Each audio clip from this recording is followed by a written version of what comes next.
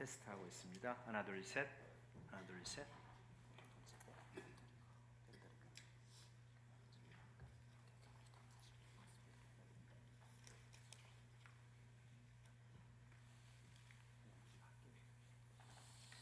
예, 그냥 하겠습니다.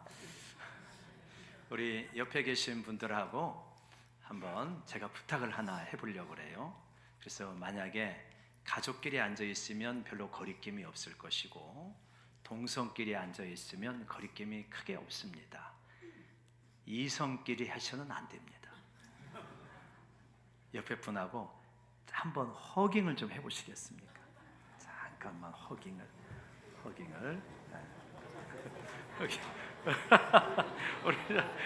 허깅을. 자, 예.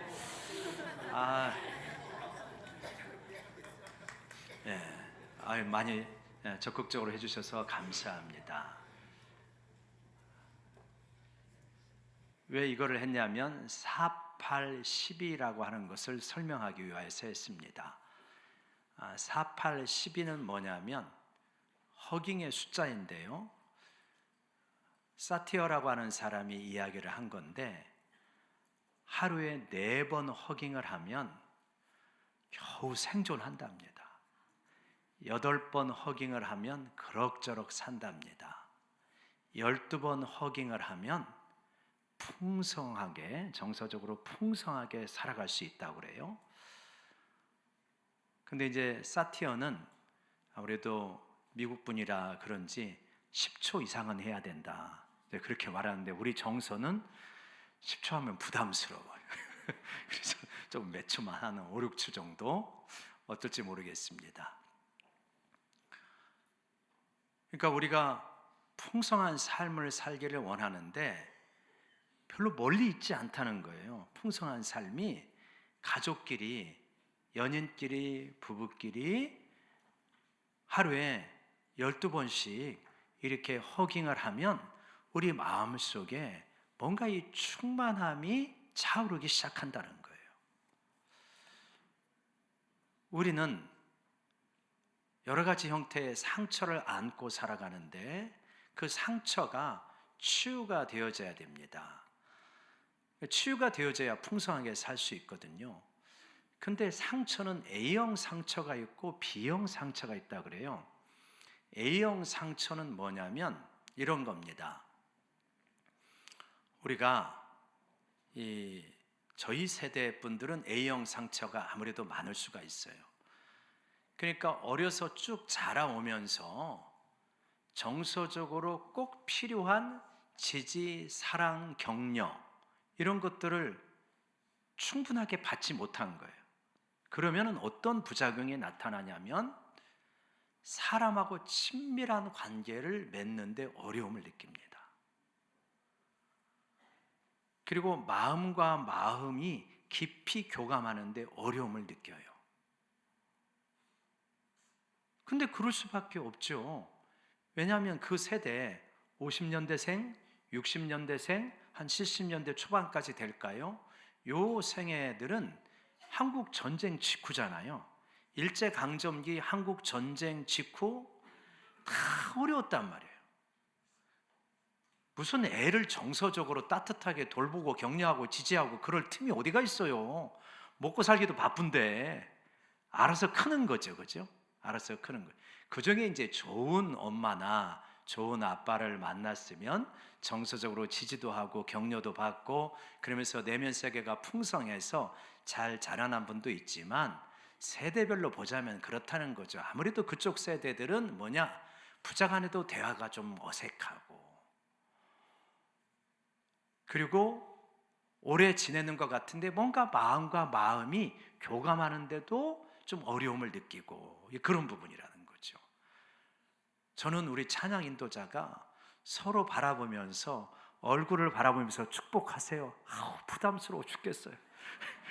얼굴 바라보고 눈 바라보는 거 힘겨워요. 더구나 일어서서 멀리 가서 인사하세요. 우리 세대들 아마 힘들 거예요. 청년들은 아마 안 그럴 거예요. 청년들은 자라오면서 상당히 정서적으로 많이 지지받고 격려받고 그래가지고 조금만 물꼬가 터지면 막 뜨겁게 찬양하고 서로 안고 허경하고 별로 어색하지 않을 것 같습니다. 그런 것이 A형 상처라 그래요. 그러니까 우리 인격 깊숙한 곳에 있는 거죠. B형 상처는 뭐냐면 조금 쉽습니다. 우리가 자라나면서 받는 트라우마 같은 거예요. 학교를 다니다가 왕따를 당했다, 혹은 화재를 경험했다, 혹은 폭력을 당했다. 그런 건 일종의 트라우마 같이 남아있죠. 상처 가운데 치유하기 쉬운 게 A형이겠습니까? B형이겠습니까? 당연히 좀 B형이죠. B형은 내가 분명히 인식하는 거니까. A형은 왜 그런지 모르는데 나한테 붙어 있는 거예요.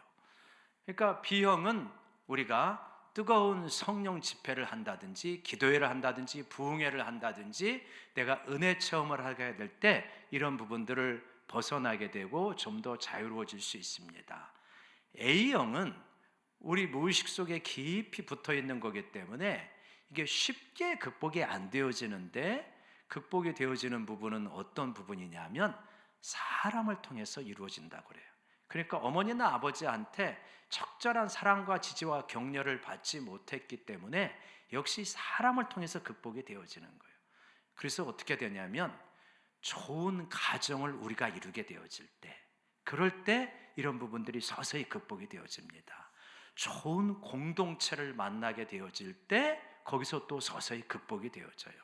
그래서 뭐 해야 된다? 하루에 몇 번 허깅해야 된다? 하루에 12번 허깅은 해야 된다. 그러면서 우리가 좋은 가정을 만들어가게 될 때 내 속에 있는, 내 안에 있는 무의식적인, 그리고 인격의 깊은 곳에 있는 소외감, 쓸쓸함, 외로움, 우울함, 이런 것들이 서서히 빠져나가게 되는 거예요. 성령의 빛으로, 우리 안에 우리가 허깅할 때 거기 성령님 계시니까요, 성령의 빛으로 서서히 이렇게 빠져나가게 되는 거죠.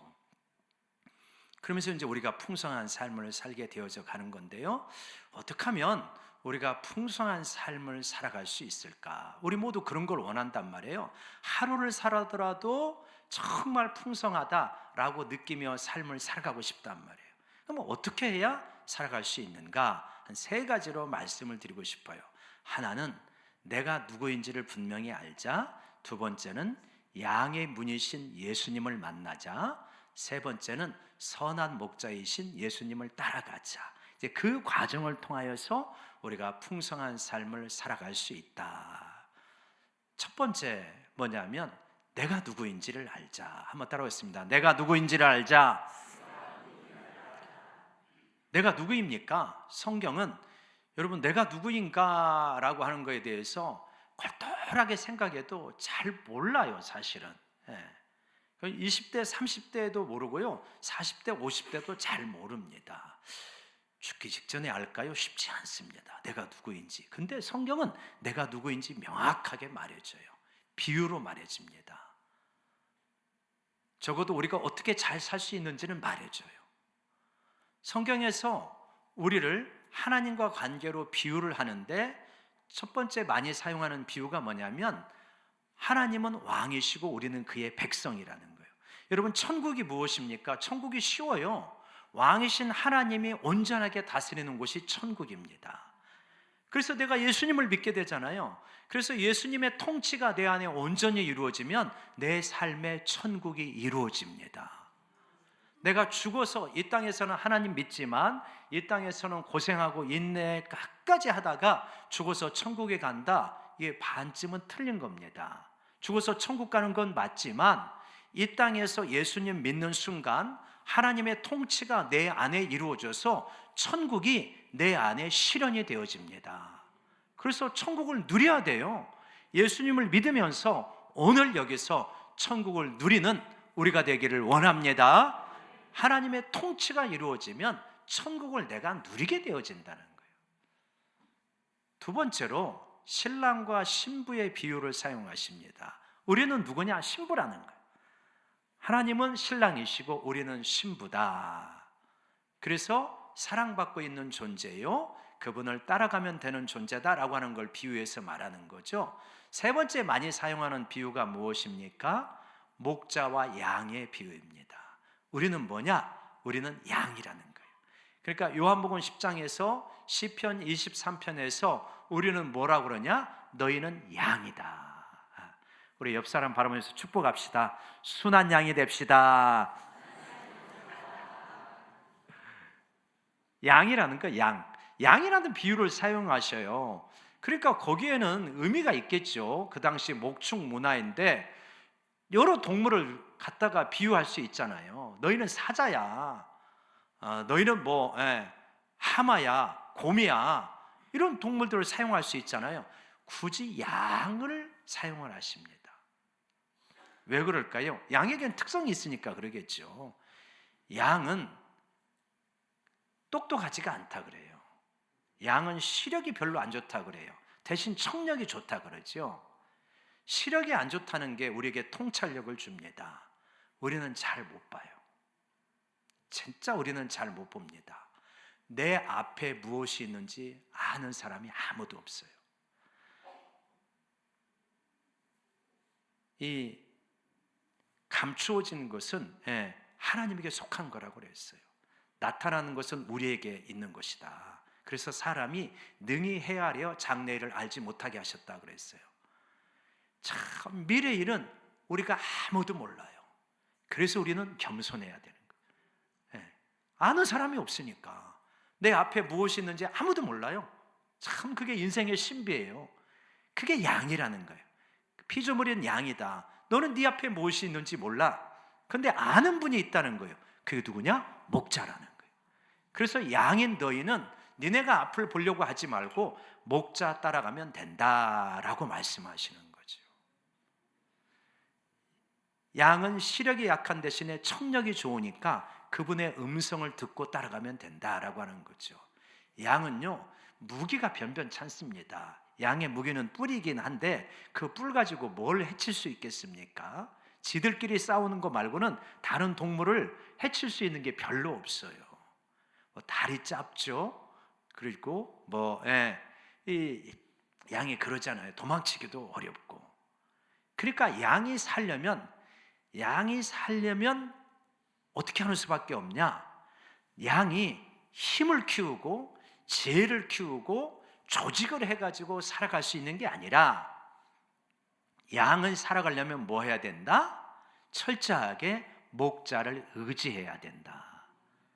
양이 살아가는 비결은 별거 아니다. 목자 대신 예수님을 의지하면 된다. 그래서 여러분, 우리 신앙인의 실력은 뭐냐면 예수님을 의지하는 만큼 실력이 있는 것입니다. 아멘입니까? 그러니까 우리 인생이 왜 풍성하지 못할까? 가만히 생각해 보면 별거 아니에요. 양이 여기저기 다니면서 뿔로 받고 막 걸어 다니고 뛰어 다니고 막 애쓰면서 뭔가 하려고 했거든요. 뭔가 하는 것 같지만 양이 하는 게 한계가 있다니까요. 양이 잘하려면 뭐 하려면, 양이 잘 살려면 뭐 하면 되냐? 목자 음성 잘 듣고 따라와라. 그러면 너희의 삶은 풍성해진다. 그래서 내가 어떤 존재인지를 알아야 된다. 나는 양이구나. 하나님의 피조물인 양이구나. 그래서 목자를 의지해야 나는 풍성한 삶을 살 수 있구나. 여러분, 지금 내 삶을 바라보면서 내 삶의 여정을 한번 생각해 보십시오. 나는 지금 풍성한가? 나는 지금 풍성한 분들은 어떤 분이냐면 목자 대신 예수님을 의지하고 따라온 분들은 대부분 풍성해집니다. 근데 내 힘으로 애쓰면서 살아왔어요. 애는 씁니다. 애는 써요. 그렇지만 풍성하지는 못해요. 참 희한합니다. 왜냐? 양이기 때문에. 두 번째로, 어떻게 하면 풍성할 수 있냐? 양의 문이 되신 예수님과 만나고 그분과 사귀게 될 때 풍성함을 얻을 수 있다는 겁니다. 양의 문이라고 비유를 하시잖아요. 7절 한번 다시 보실까요? 7절 같이 한번 읽어보겠습니다. 시작. 그러므로 예수께서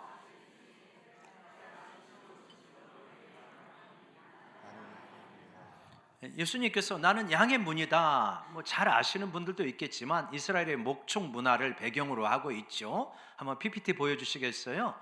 목동들이 목자가 양을 이끌고 들판으로 나갑니다. 그러면 집에서부터 멀리 다니죠. 몇 개월 다니기도 합니다. 들판에 산속에 양들을 어떻게 돌봅니까? 낮에는 목자의 시야에 있지만 밤에는 어두워지니까 들짐승이나 혹은 도둑이나 이런 것들에게 빼앗길 수 있으니까 저렇게 울타리를 쳐놓고 거기다 양을 집어넣죠. 근데 거기다 무슨 자동문이 있는 것도 아니고 철문이 있는 것도 아니고 어떻게 합니까? 저렇게 해놓고 목자가 입구에서 누워서 자는 거죠. 그래서 양이 나가려고 하면 목자를 건드리게 되니까 못 나가게 막고, 들짐승이 공격하러 오다가 목자를 건드리니까 깨어가지고 막고, 그렇게 되어지는 거죠. 그래서 나는 뭐냐? 양의 문이다 라고 이렇게 말합니다. 그러면 양이 저 목자를 통하여서 울타리 안에 들어가면 어떻게 되는 겁니까? 안전합니다. 들짐승의 공격으로부터 뭘 받은 거예요? 구원을 받은 것이다. 그래서 그렇게 말씀하시는 거예요. 9절 보세요. 나는 문이니 누구든지 나로 말미암아 들어가면 무엇을 받고? 구원을 받고. 양은 목자를 통해 울타리 안으로 들어가면 구원을 받습니다. 우리 인생도 마찬가지라는 거예요. 예수님을 통하여서 하나님 나라라고 하는 울타리로 들어가면 구원을 받는다. 뭐로부터 구원을 받는 겁니까? 우리를 평생 괴롭히고 우리를 고통 가운데 몰아넣는 죄로부터 구원을 받는다. 사망의 위협으로부터 구원을 받는다. 할렐루야. 양의 문이 되시는 예수님을 통하여서 모든 죄로부터 구원을 받고 마귀의 유혹과 시험으로부터 구원을 받고 사망의 위협으로부터 구원을 받는 우리 모두가 되어진 줄로 믿습니다. 그래서 양의 문이 되신 예수님을 통하여 구원을 받았어요. 내가 예수님을 믿고 의로운 하나님의 백성이 되었습니다. 물론 넘어질 때도 있고 시험 들 때도 있고 실패하고 주저앉을 때도 있었죠. 그러긴 하지만 내가 하나님 앞에 의로운 존재요, 하나님의 백성, 하나님의 자녀라고 하는 데는 아무런 차이가 없는 것이다. 문제가 되지 않는다라고 하는 것을 분명히 말하고 있죠. 그래서 양의 문이 되신 예수님을 통하여서 구원을 얻습니다. 그걸로 그치지 않아요. 들어가며 나오며 꼴을 얻으리라. 그러니까 예수님을 이렇게 양이 어떻게 말을 다 듣고 왔다 갔다 그렇게 잘할 수 있겠습니까? 뭘 주는 거예요? 꼴을 주는 거예요. 이름을 부르면서 꼴을 주면 그거를 먹고 들어가기도 하고 먹고 나오기도 하는 거죠. 꼴은 무엇을 의미하겠습니까? 영혼의 양식을 의미한다. 영혼의 양식을 먹게 되어지게 될 때 꼴을 먹게 되어지고 생명이 풍성해진다는 겁니다. 그 풍성한 상태, 그것을 어디에서 말하고 있냐? 10절에서 말하고 있습니다. 10절 같이 읽어볼까요? 시작. 도둑이 오는 것은 도둑질하고 죽이고 멸망시키려는 것뿐이요 내가 온 것은 양으로 생명을 얻게 하고 더 풍성히 얻게 하려는 것이라. 이 10절 말씀은 꼭 외우시기를 원합니다. 도둑이 오는 것은 죽이고 훔치고 멸망시키려고, 도둑질하고 죽이고 멸망시키려고 오는 것입니다. 이게 1차적으로 가리키는 것은 뭐냐면 그 앞에 예수님에게 계속 시비를 걸고 있는 바리새인들을 말해요. 그러한 거짓된 지도자들은 왜 하냐? 왜 왔냐? 양들에게, 이스라엘 백성들에게 왜 왔습니까? 도둑질하려고, 훔치려고, 그리고 죽이고 멸망시키려고 온 겁니다. 거짓된 지도자들이에요. 목적이 양에게 있지 않습니다. 뭐에게 있는 거예요? 자기의 권력욕, 물질욕, 명예욕, 그런 것 때문에 양을 희생시키는 사람들이라는 거예요. 여러분, 우리가 양으로서 우리에게 책임이 있는데 그 책임은 뭐냐면 이 지도자가, 이 목자가 선한 목자인가 악한 목자인가 분별하는 눈이 양에게는 있어야 됩니다. 잘못된 목자 따라가면 누구 책임이에요? 양 책임이에요. 그래서 내 양은 내 음성을 듣는다고 했잖아요. 참 목자의 음성을 듣고 분별할 수 있어야 내가 잘못된 길을 가지 않는 것이죠. 거짓된 목자는 목적이 뭐예요? 싹군이나 거짓된 목자는 양을 탈취하는 데 목적이 있어요. 그러나 예수님이 오신 것은 뭐냐? 우리에게 생명을 주시고 더 풍성히 주시려고. 생명이라는 게 뭡니까? 생명이라고 하는 것은 육체적인 생명을 말하지 않는다는 거 우리가 다 알잖아요. 영적인 생명입니다. 영적인 생명은 어디에서 나오는 거예요? 하나님으로부터 오는 것입니다. 하나님과의 사귐이 있게 되어질 때 우리 가운데 영적인 생명이 있게 되어지고 더 풍성히 누리는 역사가 일어나게 된다.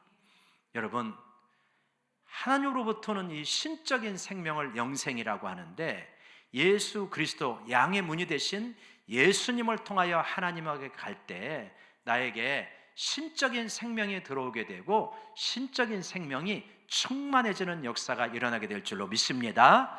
이게 놀라운 것입니다. 이게 진짜 영적인 신비이죠. 여러분, 안타깝지만 굉장히 아쉬운 배우 중에 한 명이 최진실 씨였잖아요.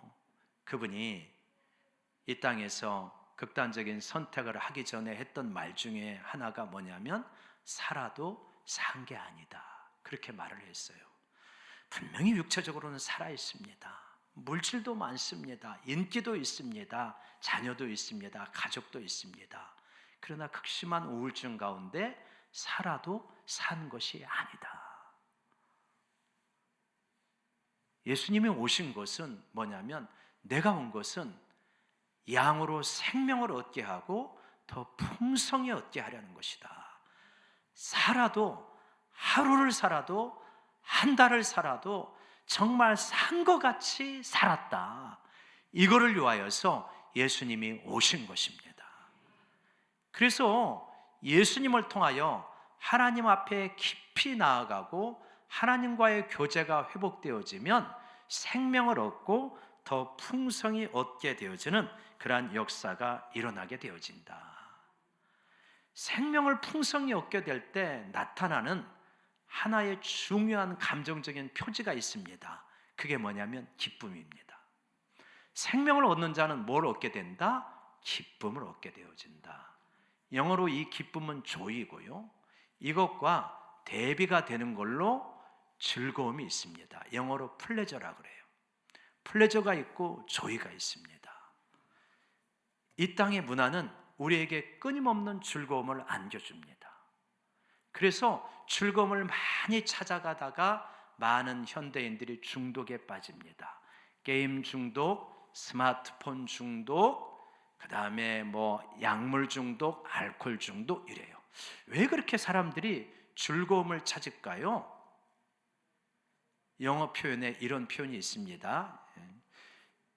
Pain seeks pleasure. 고통은 즐거움을 추구한다는 거예요. 왜 그렇게 사람들이 그런 중독에 빠지냐면 삶이 힘겹기 때문입니다. 고통을 느껴요. 사람은 기쁨이 없으면 살 수가 없어요. 근데 이 참 기쁨은 우리의 창조주가 되시는 하나님과의 깊은 만남을 통하여서 우리에게 주어지는 것인데, 이 과정을 가기를 싫어하고 이 땅에 있는 이 모조품을 계속 찾아가는 거예요. 분명히 잠깐은 즐거운 것 같지만 지나고 나면 더 공허해지고, 잠깐은 즐거운 것 같지만 지나고 나면 더 쓸쓸해지는 이 땅의 즐거움이 있는 거예요. 여러분, 우리가 하나님이 주시는 참 생명에서 나오는 기쁨이 아닌 이 세상의 모조품인 즐거움을 추구하는 것을 잘 절제하고 하나님이 주시는 참 기쁨과 생명을 추구하기를 주의 이름으로 축원합니다. 이렇게 되어질 때 우리는 모조품에 빠지지 아니하고 참 생명을 얻게 되어져요.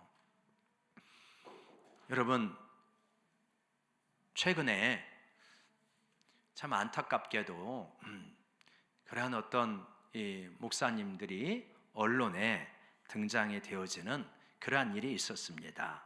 그랬을 때 한 분이 저에게 물어봐요. 왜 이런 일이 있는 것입니까? 이렇게 물어봤을 때 저는 주저하지 아니하고 이렇게 대답을 했어요. 패러다임의 문제다. 패러다임. 우리가 예수님을 믿는다고 하는 것은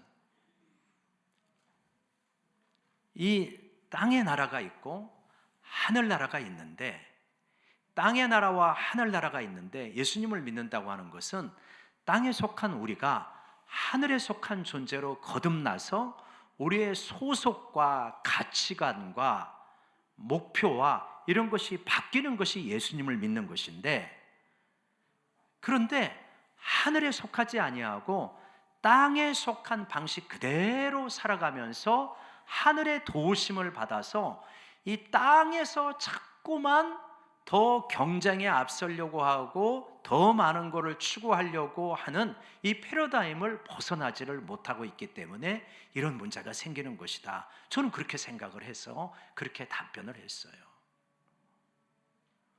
예수님을 믿는다고 하는 것은 뭐냐? 땅에 속한 존재에서 하늘에 속한 존재로 우리의 신분과 가치관과 우리의 DNA가 완전히 바뀌어가는 것, 그것이 예수님을 믿는 것인 줄로 믿습니다. 그래서 이걸 뭐라고 그래요? 중생이라고 그래요. 거듭났다, 하늘로부터 태어났다, 존재가 바뀐 거예요. 목적이 바뀐 겁니다. 가치관이 바뀐 거예요.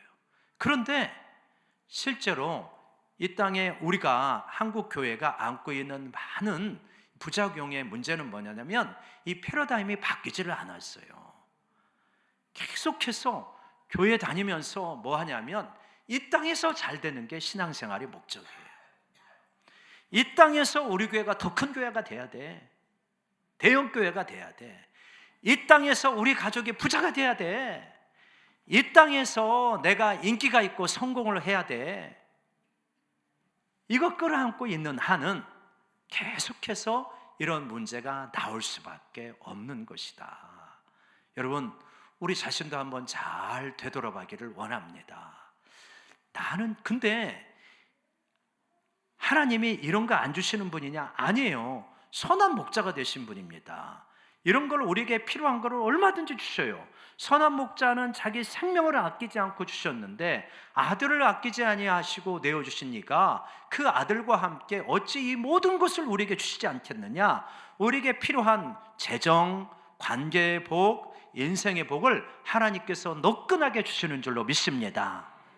근데 문제는 뭐냐면 그거를 숭배하는 거예요. 우리가 그거를 숭배하고 그거를 우상으로 섬기고 세속주의와 물질주의를 숭배하게 되어질 때 우리는 어떻게 되냐면 이 영적인 생명이 약해집니다.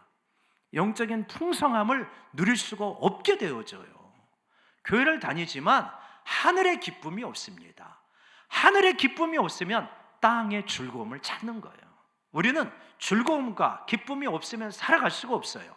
그래서 하늘의 기쁨으로 우리 마음이 채워지지 않잖아요. 그러면 땅의 기쁨을 추구할 수밖에 없습니다. 우리는 둘 중에 하나예요. 땅의 기쁨을 추구하거나 땅의 즐거움을 추구하거나 하늘의 기쁨을 추구하거나. 우리 인생을 보면 어차피 그렇게 되어 있습니다. 근데 영속적이고 우리를 진짜 살리고 우리가 진짜 원하는 것은 뭐냐면 하늘의 기쁨이다. 아멘이십니까?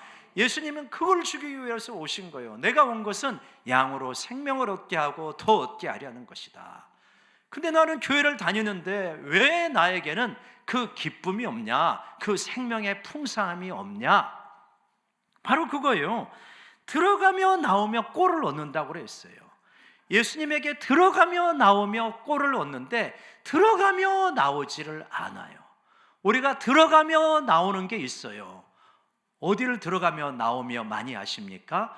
스마트폰을 들어가며 나오며, 유튜브를 들어가며 나오며, 텔레비전을 들어가며 나오며, 커피숍을 들어가며 나오며. 거기에 뭐가 있더라? 플레저가 있더라. 즐거움이 있더라. 그러니까 들어가며 나오며. 근데 예수님께 들어가며 나오며 할 때 뭐가 있더라? 참다운 기쁨이 있더라. 아멘이십니까? 한번 이 시간에 내 자신에게 한번 질문을 던져보기를 원해요. 지난 한 주 동안 나는 주님에게 얼마나 들어가며 나왔는가? 나는 주님에게 들어가며 나오면 이 말씀인데 들어가며 나오며 이 말씀을 얼마 동안 읽었던가? 얼마나 읽었던가? 한번 내 자신에게 한번 정직하게 질문해 보시면 정말 죄송하지만 지난 주 중에 정말 덮어놓으셨다가 오늘 가지고 나오신 분도 있을 거예요. 예수님의 이름으로 명하노니 회개하십시오. 회개하셔야 돼요. 그죠? 생명이 없으실 거예요, 여러분. 생명이 있겠지. 예수님을 믿으면 생명이 있겠지만 생명의 풍요가 없으실 거예요. 생명의 풍요 없어요, 여러분. 절대 풍요가 없습니다. 예수님이 주시는 기쁨이 우리 가운데 빛이 굉장히 약할 거예요. 빛이 꺼지지는 않았겠죠. 그러나 굉장히 약하죠. 세상의 것들이 가득 차 있는데, 근데 우리가 신앙생활 오해하면 안 된다.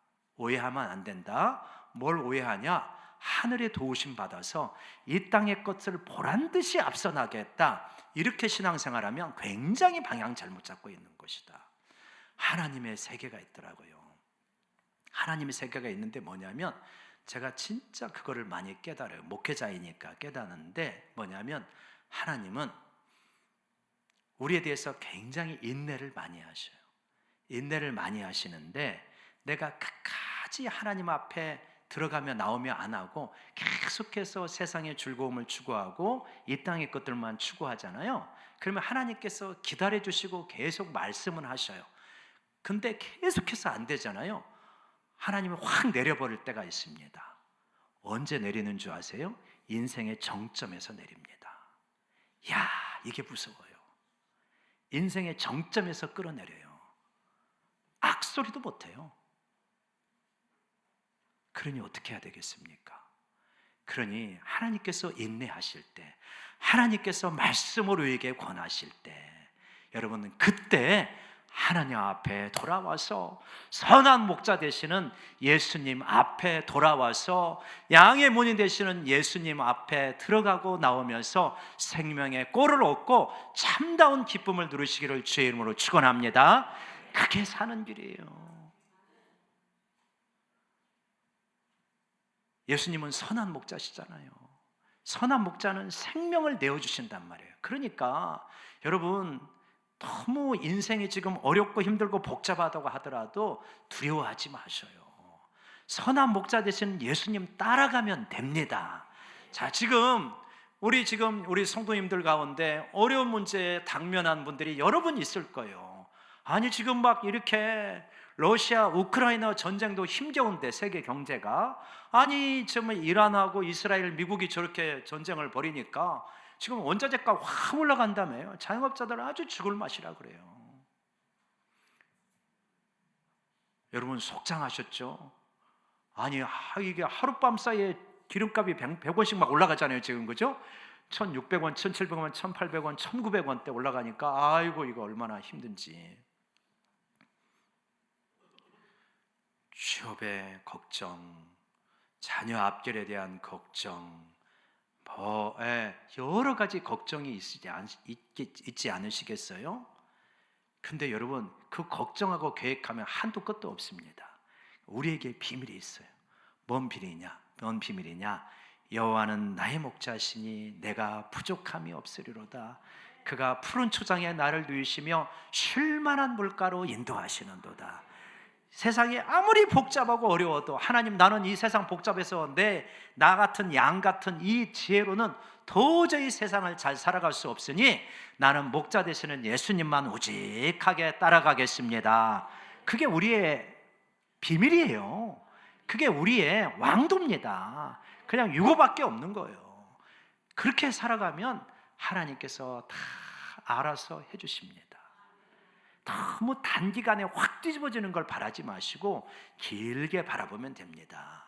여러분, 너무 큰 일과 내가 감당하지 못할 놀라운 일을 하려고 힘쓰지 말고 그냥 먹고 사는 게 어떻게 살까 걱정이십니까? 걱정하지 마시고 그냥 주님 안에서 내 분량껏 일하고 먹고 살리라. 그러면 돼요. 엄청나게 크고 대단한 거 아니고, 우리 어차피 주님 앞에 갈 때 아무것도 못 가지고 간단 말이에요. 그러니까 그냥 내가 이 땅에 살면서 그냥 내게 주어진 역량만큼 정직하고 성실하게 살면 돼요. 그러니까 내가 성공하리라 하면 힘겨워요. 내가 하나님 앞에서 정직하고 성실하게 살리라 하면 어렵지 않아요. 그거는 살 수 있잖아요. 근데 그렇게 정직하고 성실하게 살면 하나님께서 물질 주시는 거 믿으시기 바랍니다. 적절한 인생의 복 주셔요. 우리 앞길 책임져 주시고 우리 자녀도 책임져 주시고요. 내가 어려서부터 늦기까지 의인이 버림을 당하거나 그의 자손이 걸식함을 보지 못했다고 그랬다니까요. 그렇게 되어집니다. 그러니까 선한 목자 대신 우리를 위하여서 우리를 얼마나 사랑하시면 자기 생명을 내어놓으시냐고요.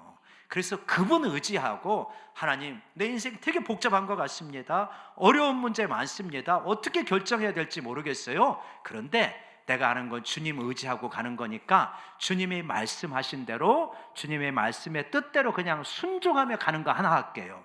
그러면 주님이 책임지셔요. 그 뜻을 어떻게 적용하는지 복잡하다고요? 제가 경험해 보니까 조금 틀려도 문제 없어요. 하나님의 뜻에 조금 틀려도 문제 없어요. 내가 순종하는 중심을 가지고 하나님은 네가 여기로 가면 좋겠다. 근데 내가 순종하는 중심은 있어요. 근데 그걸 잘 몰라. 하나님의 음성 듣는 거를 잘 훈련이 안 돼 갖고 그래갖고 약간 옆길 가잖아요. 아무런 문제 없던데요. 큰 문제 없어요. 내가 A 회사 들어가나 B 회사 들어가나 큰 문제 없습니다. 거기서 나는 어디를 가든지 간에 하나님 뜻을 실현하며 살겠다 하잖아요. 하나님이 알아서 인도해 주십니다. 선한 목자 대신 우리 하나님을 믿고 따라가시면 우리 인생 책임져 주시는 줄로 믿습니다. 그렇게 살아가셔서 풍성한 삶이 되시는 우리 모두가 되시기를 주의 이름으로 축원합니다. 기도하십시다. 하나님, 참된 목자를 만나면 양은 행복합니다. 우리 예수님을 만나고 하늘로부터 거듭났기 때문에 우리는 행복한 삶을 살 자격이 있고 그러한 능력도 있는 줄로 믿습니다. 참된 목자 되시는 예수님의 음성을 듣고 살아가게 하여 주옵소서. 양의 문이 되시는 예수님께 들락날락하면서 생명의 꼴을 얻고 이 세상의 즐거움이 아니라 하늘의 기쁨을 자꾸 추구하며 살아가게 도와주시옵소서. 예수님 이름으로 기도드리옵나이다. 아멘.